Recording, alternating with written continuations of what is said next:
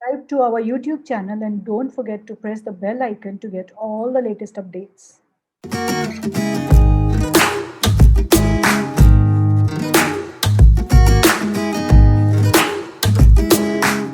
Hi everyone, my name is Anita and I'm very happy to welcome my today's guest, Professor Devi Vijay from IIM Calcutta. Welcome, Professor Devi. I'm happy that you accepted our request. Thank you so much for having me. Thanks, Anita. Professor Devi, you are working in IIM Calcutta in the area of operation behavior. This is a very interesting area to observe, and I can see that you are an FPM from IIM Bangalore.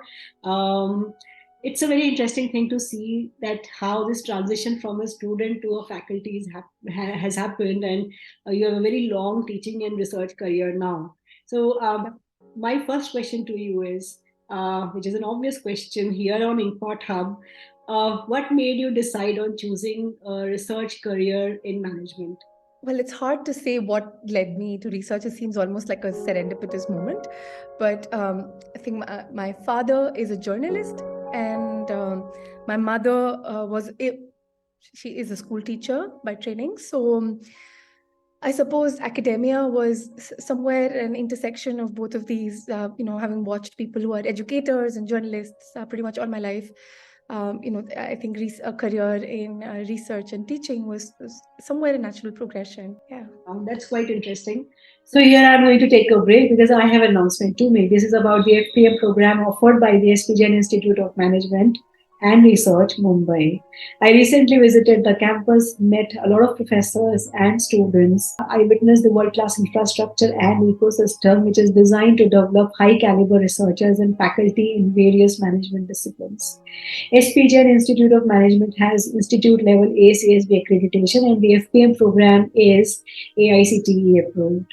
I learned that the program is of 4 years, which is further split in small cohorts, which is a combination of relevance and high rigor. All those students who are going to do FPM program will have an access to SPJIMR's wide network of 3,000 family owned businesses, 800 NGOs, over 100 corporates. It is interesting to note that it caters to the scholarly needs of both working professionals and full time participants. All those full time participants are required to stay on campus accommodation and they are offered a very attractive stipend. Anybody who is interested in applying the FPM program at SPJIMR, feel free to write to me at anita@importhub.com. Now let's resume the video. So I've often seen that professors who are now teaching in management institutes, this serendipity plays a very significant role. Tell me about your research topic. Was it also serendipitous? Oh, absolutely. Um, I when I was in my second year of my PhD, I did want to look at alternatives to the corporate form. I was in the organizational behavior and human resource management group at IIM Bangalore. And I did know that I wanted to look at alternatives to the corporate form. So at some point, I went in for my field work and largely guided by my advisors who were interested in allied areas. I went for some field work. I was looking at the cooperative form and pretty much stumbled into this community-based organizing for palliative care in Kerala. This was over a family dinner table conversation, and I pretty much thought it would be a side thing that I was going to look at. Probably just go. It seemed interesting. Something's going on. Uh, was keen on looking at economic forms of organizing. So. But when I went there and this was December 2009, pretty much, if I get my dates correctly. And I think since then it has been a entanglement for me for this last decade, more than a decade now. That's my. So Kerala is quite famous for palliative care. So I can sense that, yes, this background of your experience is definitely changed your perspective towards your research domain as well. I could sense that completely.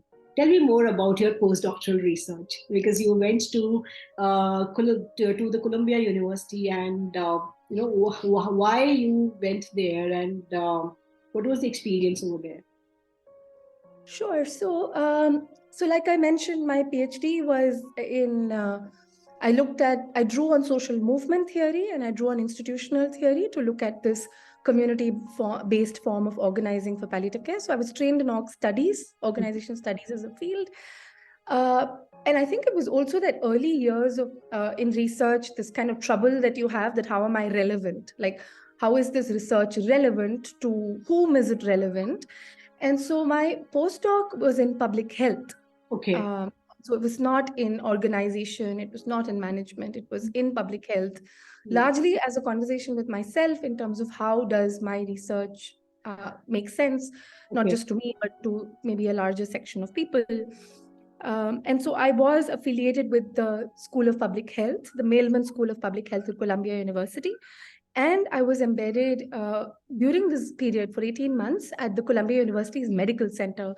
So I was with clinicians, with clinical nurse practitioners, with social workers at the hospital. So that was again, these were again a series of Columbia, of course, Columbia University is a serendipitous outcome of reaching out to people and the one who was keen on working with me and so on. But I was keen on public health, so that was a specific choice that I made for my postdoc. And then you came back to India and joined IIM Calcutta. I was with IIM Calcutta. So IIM Calcutta very graciously gave me an academic leave to go for 18 months, which I'm grateful for. So I worked for 4 years. In 2012, I graduated from IIM Bangalore, joined IIM Calcutta, worked for 4 years over here, and then went on a postdoc. Yes. Very interestingly, you have moved in different decisions towards your research career design. That's very interesting to see. Are you also in consulting? Well, not the way, not as much in the institutional context. For example, I mean, we are officially, our work norms expect us on different pillars, as in they gauge us on different pillars, including consulting, if that's what you're referring to.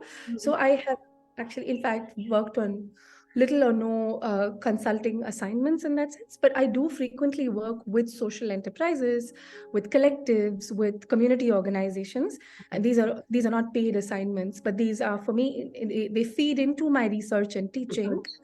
So in many ways, it is a form of disseminating my research, but also learning from people who are working in the field. So in that sense, yes, several. For example, I work with healthcare professionals and we design research studies. I sometimes serve on ethics board of hospitals and also train healthcare professionals on research ethics, on how to create a research design and so on. So these won't really feed into consulting, but they don't feed into my research in a strict bracket, right? It's somewhere in between. Yes. Okay. So I can see this thing like IIM Bangalore, then IIM Calcutta, then the university, Columbia University. So what is one common thing which you found in these three institutes, and what is the difference? I can speak about IIM Bangalore and IIM Calcutta. At Columbia University, I was there only for 18 months. I was an affiliate. It's an affiliate position. So it's not I can't speak on it as an insider per se. Okay, I understand. Across these three, I think finally, these are all great learning environments, to say the very minimum. Very vastly different institutional contexts, but I think across all three, it's very stimulating to be in learning environments. The only thing that I would summarize as a commonality across all three is that I wish these are institutions which are not restricted to small populations, but this kind of a learning environment is accessible for a larger number of people. In effect, what I'm saying is these are fairly elite institutions. And I would in fact say that we want more such institutions where more number of people can access these, in other ways, democratize these kind of places. Okay. And moving towards your routine, your routine basically, because I can see, I want to learn from professors that what made them who they are today. So I want to know about your life in general. So what's your usual routine day? Okay. I mean, for me, it's still work in progress pretty much. Everything, it's a craft in some way, the way one considers research and teaching. I am an early riser. I I have to say that I'm a morning person. Uh-huh. But if I'm enthusiastic enough, I get a walk done in the morning, and if the weather permits in Calcutta. But otherwise, if it's a teaching term, then I'm usually preparing for a class and then heading for classes, followed up with student meetings at the end of class. And then if my class goes really well, I like to cook at the end of the day. For me, it's a creative outlet at the end of a class gone well. If it's a non-teaching day, then I'm usually writing in the mornings and trying to read a little bit in the evenings, or vice versa. But I do prefer getting some writing done in the mornings than later in the day. Okay, so is it your perfect routine or do you want to improve on something? Oh, it's not perfect at all. I wish it was perfect. Where I don't know where would I mean, there's so many places where I can improve. For example, I'd like to get longer walks, Okay. to begin with. But also in terms of my, I think teaching, of course, one has to constantly, work on it, not just when one is teaching, but otherwise. But research, for sure, I'd love to juggling reading and writing, because unless you read, you can't write. And but then also there's this imperative to write, isn't it? So that neat balance between reading and writing is, I think, something I'm constantly struggling with. Okay. Yeah. Now I can say that you are a voracious, self-driven learner. I'm not sure about those descriptors, but I do believe I like to read. So yes, So, again, one of those things I'd like to improve is read more. But yeah, okay. yes. Would you like to Yeah. share about some productivity tip for scholars to explore, young potential scholars? I am currently in the mode where I want to tell myself that do everything slower, not more, not faster, Okay. but slower, like just a lot more slow, a lot more focused. I think we valorize multitasking so much, but in this era of social media and these constant pings on your phone and email notifications, I think I just want to switch off. So I think those are that. So I don't know if that contributes to productivity in that sense. I'm not sure it makes me more productive, but I do believe that that's something I'm struggling with right now. That So I just read slowing. somewhere, yeah, I can resonate with what you are saying because I read one article. It says that notifications are new nicotine. Of course, yes, it's Yeah, addictive. it's Yeah, addictive. Yes. So all yeah, those, sometimes we feel that okay, yes, so they say there is no notification. It means something wrong is with my phone, or yeah, nobody gets me today. yeah, for sure. Okay, so Yeah. because your video is going to be released in the month of March, which is Mm. usually observed as Women Month, so I Yep. want to know from you your again tips based on your life experiences to young aspiring women scholars on research or career or life in general. What would be your suggestion to them? Yeah, it isn't easy. I think it's important to recognize that as teachers, as researchers, the multiple hats we wear. I think in service functions that we do in the institute, as in administrative functions that we serve in, I think there's a different kind of burden that women bear. So in addition to the regular responsibilities, I think we also perform a care function in each of these, with colleagues, with students. I think the only thing I would kind of see across all of this is to make sure that you have a collective, to not do this journey alone. I think there are a fair number of people.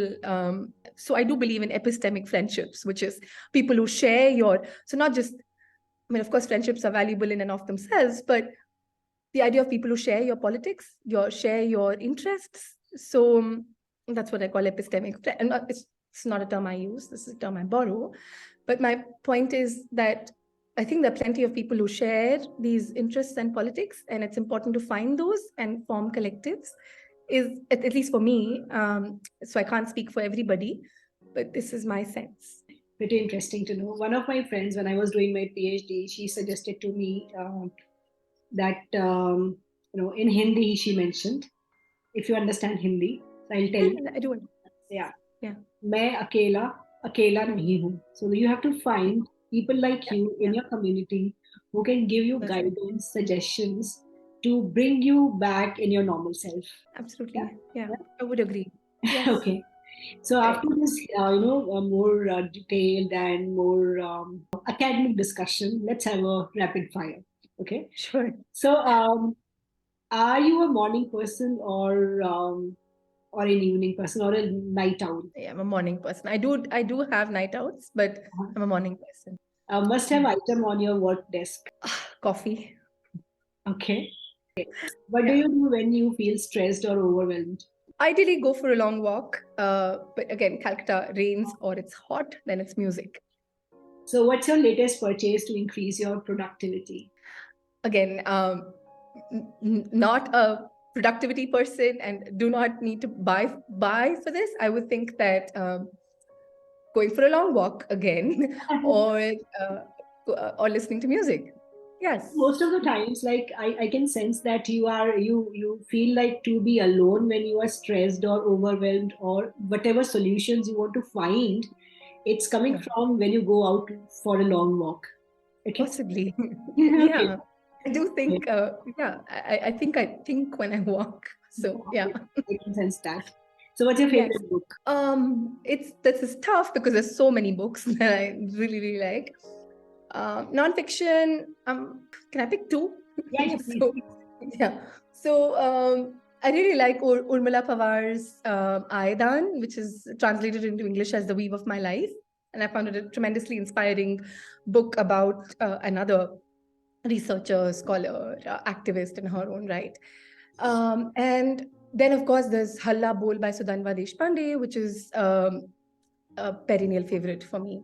Okay. Yes. Okay. Yes. So that was it from my side. I'm so glad that you spoke very candidly, and I loved the conversation thoroughly. Thank you so much, Professor Devi. Thank you so much for having me, and thanks a lot. It's great to see you all here. Thank you for watching our work. If you have not subscribed to Inkpot Hub Media, then please hit the bell icon and subscribe to our channel and support research celebrations in India.